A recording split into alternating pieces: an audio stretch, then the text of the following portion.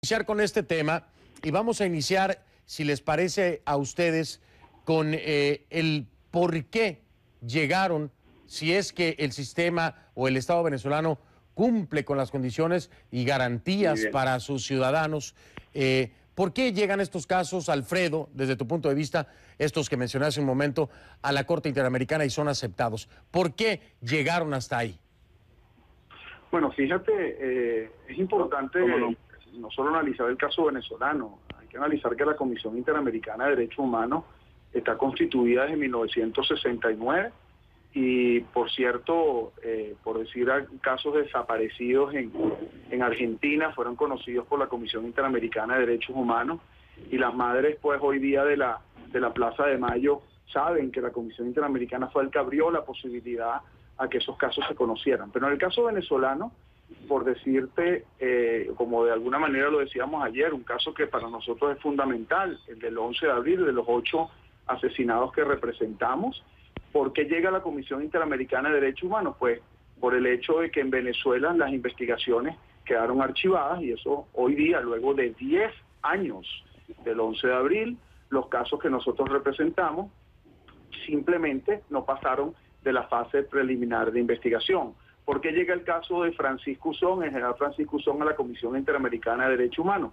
No por el hecho de que haya estado preso o detenido por haber, de alguna manera, actuado en una situación determinada, refiriéndose a un lanzallamas que había sido utilizado en el asesinato o en la muerte de una persona, un soldado en el Fuerte Mara, sino porque se violó el debido proceso y se comprobó claramente que, bueno, que se retrasó el proceso, que pasaron más de 2 años sin que hubiese juicio, y así sucesivamente ha pasado con la mayoría de los casos, casos como lo de las cárceles, donde las personas se asesinan.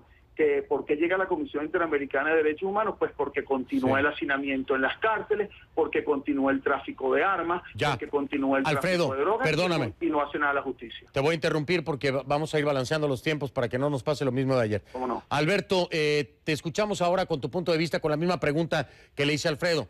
¿Por qué, desde tu punto de vista, es que los casos que había mencionado al inicio del programa llegaron hasta la Corte Interamericana de Derechos Humanos cuando primero se notifica al Estado, se le da la opción, se hace el análisis para que se pueda solucionar el problema y no se soluciona? ¿Por qué entonces llegan hasta la Corte? ¿Por qué los acepta? Bueno, un saludo en primer término y te transmito mi sorpresa. Yo pensé que ustedes alternaban ahí la aparición de los invitados, porque ayer empezaste con Alfredo y me parece muy bueno que lo hayas hecho hoy también, pero esperaba que ibas a alternarlo democráticamente. Bueno, perdóname, te voy a interrumpir porque no me parece primero el señalamiento. Te voy a explicar por qué, igual que te expliqué lo de Twitter ayer en la noche, antes de intento de descrédito. Tuvimos problema con tu señal, está la producción retomando la señal para que estés en el programa. No te tengo en Skype y aún así te estamos tomando vía telefónica, así que esa es la razón, señor. Ahora sí, respóndame la pregunta, por favor. No era para que te pusiera tampoco así tan serio. Bueno, se puede pedir la explicación y te la doy igual, pero te escucho, la respuesta es importante.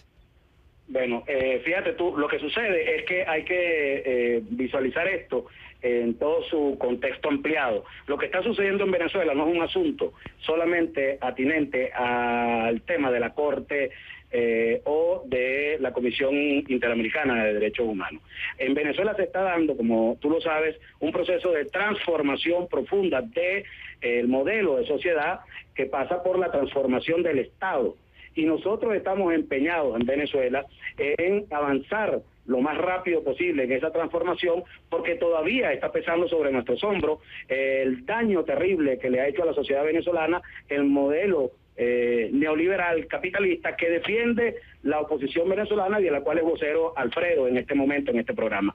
Fíjate tú lo que sucede entonces en ese marco ampliado, que hay desde la óptica de la oposición la creencia o el empeño en que los casos que se tramiten ante los tribunales deben favorecerlo indefectiblemente, porque si no habría un totalitarismo y una dictadura en nuestro país.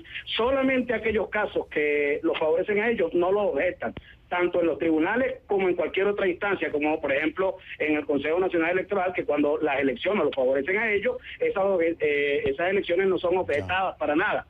De resto, ellos son quienes vulneran la Constitución que dicen defender. Ellos votaron en 4 oportunidades contra la Constitución bolivariana, la propuesta que hacía en un primer momento el comandante Chávez al país desde la campaña electoral en 1998. En la constituyente votaron en contra de ella, y en las 2 revisiones que se han hecho para avanzarla y hacerla más democrática, también han votado en contra. Pero además, como si fuera poco, ellos la derogaron en el único momento en que estuvieron convencidos de que estaban en el poder, que fue en el golpe de Estado del 2002.